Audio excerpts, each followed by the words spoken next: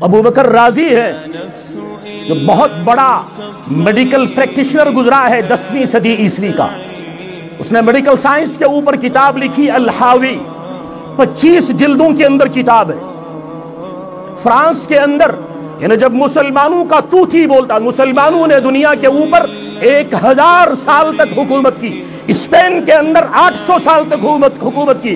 ہندوستان کے اندر 700 سال تک حکومت کی. ترک اوٹمن امپائر نے ترک کے اندر اور بیک وقت 3 continent, African continent, European continent اور ایشین کانٹیننٹ، بیک وقت ان 3 کانٹیننٹس کے اوپر 600 سال تک حکومت کی. لیکن وہ ایسے ہی کی، ہوا میں کی. تو یہ ابو بکر رازی 10ویں صدی عیسوی یعنی آج سے تقریباً 800 سال پہلے کا جو سائنسدان ہے، اس نے میڈیکل سائنس کے اوپر 25 جلدوں میں کتاب لکھی الحاوی. فرانسس منچ لائبریری ات من ٹوٹل لائبریری مز 9 کتاب، 9 کتابن من اخ کتاب ابو بکر رازی سنز یم میڈیکل سائنسس پر کتاب لچمت اور یہ 15 جلدن مز. اور ام سنز میڈیکل سائنسس پر یم کتاب ام لچمت یورپس من 300 ورین سلیبسس من ابو بکر رازی سنز کتاب روزہ. مگر نام آپ کو انگریزی کی کتاب آپ پڑھو گے آپ کو ابو بکر رازی کا نام نہیں ملے گا، آپ کو ریزز کا نام ملے گا. ریزز نام بدل دیا. کیوں بدل دیا؟ تاکہ پڑھنے والے کو پتا نہ چلے یہ کون تھا، یہ مسلمان تھا یا غیر مسلم تھا. ابن سینا تو اس نے کیا کہتے ہیں الکینن اصل میں القانون ہے. القانون 14 جلدوں میں کتاب لکھی. اور یورپ میں 600 سال 18ویں صدی 18 سنچری تک یورپ کے اندر یہ کتاب میڈیکل سائنس کے سلیبس میں 600 سال تک. اب آپ اندازہ کرو علی ابن عباس، اچھا ابن سینا اس کو ایوی سینا کہتے، ایوی سینا، ابن سینا نہیں ایوی سینا. علی ابن عباس اس کو ہیلی عباس کہتے ہیں، ہیلی عباس، علی نہیں ہیلی عباس. یعنی اس طرح امام غزالی کو کہتے ہیں غزل، امام غزالی کا نام نہیں لیں گے غزل. ابن رشد کا نام لیں گے ایویروز، ابن رشد کا نام سیدھے سے نہیں لیں گے. یہ جو مسلمانوں کی خدمات ہے جنہوں نے پوری دنیا کو دین اور دنیاوی تعلیم کے ذریعے سے کنٹرول کیا ہوا تھا. ابن ہیثم آج ہم کو جو سکولوں کے اندر پڑھایا جاتا ہے کہ یہ جو کہتے ہیں گریوٹی، لاز آف موشن، ان کو کس نے ایجاد کیا ہے، ان کو کس نے انوینٹ کیا ہے، تو ہم کو پڑھایا جاتا ہے اسحاق نیوٹن نے ان کو ایجاد کیا. اسحاق نیوٹن سے 600 سال پہلے ابن ہیثم اسلامی دنیا کا اتنا بڑا سائنسدان، اس نے گریوٹی کے اوپر 600 کتابیں لکھی تھی. کشش ثقل کے اوپر، یہ جاذبیت کے اوپر 600 نیوٹن کے آنے سے 600 سال پہلے اس نے اس عنوان کے اوپر 600 کتابیں لکھی. آپ اندازہ کرو. اسی لیے ایک انگریز ایک جگہ لکھتا ہے کہ اس وقت شاید نیوٹن اس درخت کے نیچے بیٹھ کر ہو سکتا ہے کہ ابن ہیثم کی کسی کتاب کو پڑھ رہا ہو، اس کا دماغ چکرا رہا تھا کہ ابن ہیثم کیا لکھ رہا ہے. اتنے میں سیب کے درخت سے نیچے ایک سیب گر گیا تو اس نے کہا میں نے گریوٹی کو ایجاد کیا، میں نے گریوٹی کو انوینٹ کیا. آپ اندازہ کرو. میتھمیٹکس کے اندر ایک تھیوری آتی ہے الگوریتھم. الگوریتھم اگر یہ تھیوری نہ ہوتی آج کا آپ کا یہ جو کمپیوٹرائزڈ ایج ہے یہ ایج بھی نہیں ہوتی. اگر الگوریتھم، یہ الگوریتھم کس کی تھیسس ہے، یہ کس کی تھیوری ہے؟ ہم کیا سمجھتے ہیں کسی انگریز کی تھیوری ہوگی. یہ محمد ابن موسیٰ خوارزمی گزرا ہے، بہت بڑا میتھمیٹیشن جس نے الجبرا کی بنیاد رکھی. یہ محمد ابن موسیٰ خوارزمی کی یہ تھیوری ہے الگوریتھم. اور یہ الگوریتھم اصل میں کیا تھا؟ یہ اصل میں الخوارزم تھا. چونکہ یہ خوارزم کا رہنے والا تھا، یہ اصل میں الخوارزم تھا، لیکن انہوں نے اس کو کنورٹ کر دیا الگوریتھم کے اندر. اب آپ اندازہ کرو کہ انہوں نے کیا کیا دنیا کو. تو مسلمانوں کا جو نظام تعلیم تھا، مسلمانوں کا نظام تعلیم اتنا زبردست تھا. ہم یہ سمجھتے ہیں کہ آج ہندوستان کے اندر کہا جاتا ہے کہ ہندوستان کے اندر جو تعلیمی ریشیو ہے، ہندوستان کے اندر جو تعلیم کی پرسنٹیج ہے وہ مور دین 70% ہے.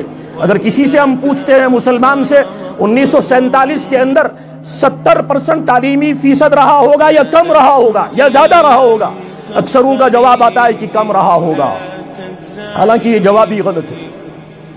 ہندوستان کے اندر جب انگریز داخل ہوا ہندوستان پہ قبضہ کرنے کے لیے، اس وقت لکھتے ہیں لکھنے والے کہ 94% ہندوستان کے اندر لٹریسی ریٹ تھی، اور جب ہندوستان کو انگریز 1947 کے اندر چھوڑ کر گیا ہے تو اس نے 11% کے اوپر اس ریشیو کو پہنچایا تھا۔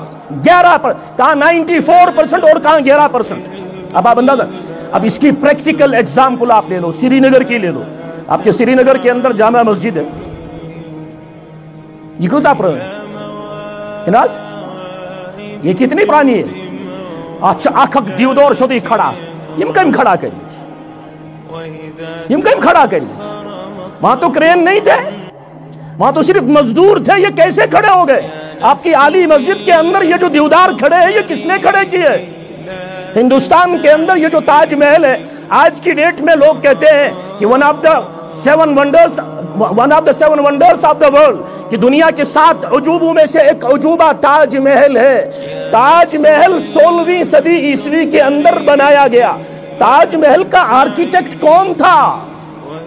اگر آج کی ڈیٹ کے اندر 7 عجوبوں میں سے ایک عجوبہ ہے، اس کا آرکیٹیکٹ کون تھا؟ کیا وہ آکسفورڈ سے پڑھ کے آیا تھا؟ کیا وہ کیمبرج سے پڑھ کے آیا تھا؟ کیا وہ ہارورڈ سے پڑھ کے آیا تھا؟ اس نے پڑھا کہاں تھا؟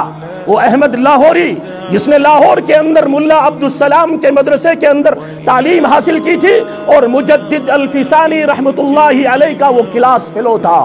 مجدد الفسانی رحمت اللہ علیہ، شیخ احمد سرہندی رحمت اللہ علیہ، احمد لاہوری جو لال قلعے کا آرکیٹیکٹ ہے، جو تاج محل کا آرکیٹیکٹ ہے، جو جامع مسجد دلی کا آرکیٹیکٹ ہے، یہ اور مجدد الفسانی رحمت اللہ علیہ دونوں ایک کلاس کے اندر پڑھا کرتے تھے۔ ایک سے اللہ تبارک و تعالیٰ نے دین کے میدان میں اتنا بڑا کام لیا کہ دین اکبر نے جو نیا فتنہ کھڑا کیا تھا، یہ کہہ کر اسلام 1000 سال کے لیے آیا ہے، 1000 سال اسلام کے اوپر گزر چکا ہے، اب آگے اسلام کا چراغ نہیں جلے گا، یہ بجھ جائے گا۔ لیکن مجدد الفسانی رحمت اللہ علیہ کھڑے ہوئے، اور مجدد الفسانی رحمت اللہ علیہ نے اپنی حکمت کے ساتھ جب اکبر کے ارد گرد جو لوگ تھے ان کو سمجھانا شروع کیا، تو اقبال نے پھر کیا کہا کہ وہ ہوا ہے وہ تند و تیز، چراغ اپنا جلا رہا ہے، وہ مرد درویش جسے قدرت نے بخشے ہیں انداز خسروانہ۔ اللہ تبارک و تعالیٰ نے کیا شاہی دماغ اس کو عطا کیا تھا۔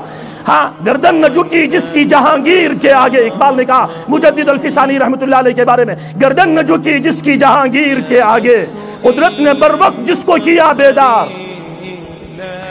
وہ ہند میں سرمائے ملت کا نگہبان، ہندوستان اس ملتک سرمایوس امچ حفاظت، وہ ہند میں سرمائے ملت کا نگہبان، گردن نہ جھکی جس کی جہانگیر کے آگے۔ یہ مجدد الفسانی رحمت اللہ علیہ اور احمد لاہوری جو تاج محل کا، لال قلعے کا، جامع مسجد دلی کا آرکیٹیکٹ ہے، آج کی ڈیٹ میں آپ کو کہہ رہا ہوں، یہ جو تاج محل ہے نا، شاہ جہاں کے پاس یہ گئے، انہوں نے کہا کہ اس میں کیا خصوصیت رکھنی ہے تاج محل کے اندر؟ تاج محل صحیح ہے غلط میں وہ بات نہیں کر رہا ہوں، میں یہ کہہ رہا ہوں مسلمان تھا کہاں، لیکن آج مسلمان پہنچا کہاں، اور کیا رکھنا؟ تو شاہ جہاں نے کہا جو بھی اس کو دیکھنے کے لیے آئے وہ اس کو دل میں لے کر جائے، بھولنا نہیں چاہیے۔ عجیب و غریب اس کا آرکیٹیکٹ ہے، اس میں ایک کھڑکی ہے، اس کھڑکی سے جب آپ تاج محل کو دیکھو گے، جتنا دور ہو کر دیکھو گے تاج محل آپ کو بڑا دکھائی دے گا، اور جتنا آپ نزدیک جاؤ گے تو اتنا تاج محل چھوٹا ہو جائے گا۔ آج کی ڈیٹ میں اس میں ریسرچ ہو رہا ہے یورپ میں، آخر یہ کون سی ٹیکنالوجی اس میں یوز کی گئی ہے کہ دور سے آپ کھڑکی سے دیکھتے ہو یہ بڑا ہو جاتا ہے، نزدیک جاتے ہو اسی کھڑکی سے دیکھتے ہو یہ چھوٹا، یہ ہے کون سی ٹیکنالوجی؟ یہ ٹیکنیک ہے کیا؟ اور یہ کن کی ٹیکنیک تھی؟ یہ مسلمانوں کی ٹیکنیک تھی۔ اس لیے میرے بزرگوں اور دوستوں، ہوا کیا؟ ہوا یہ کہ لارڈ میکالے نے آ کر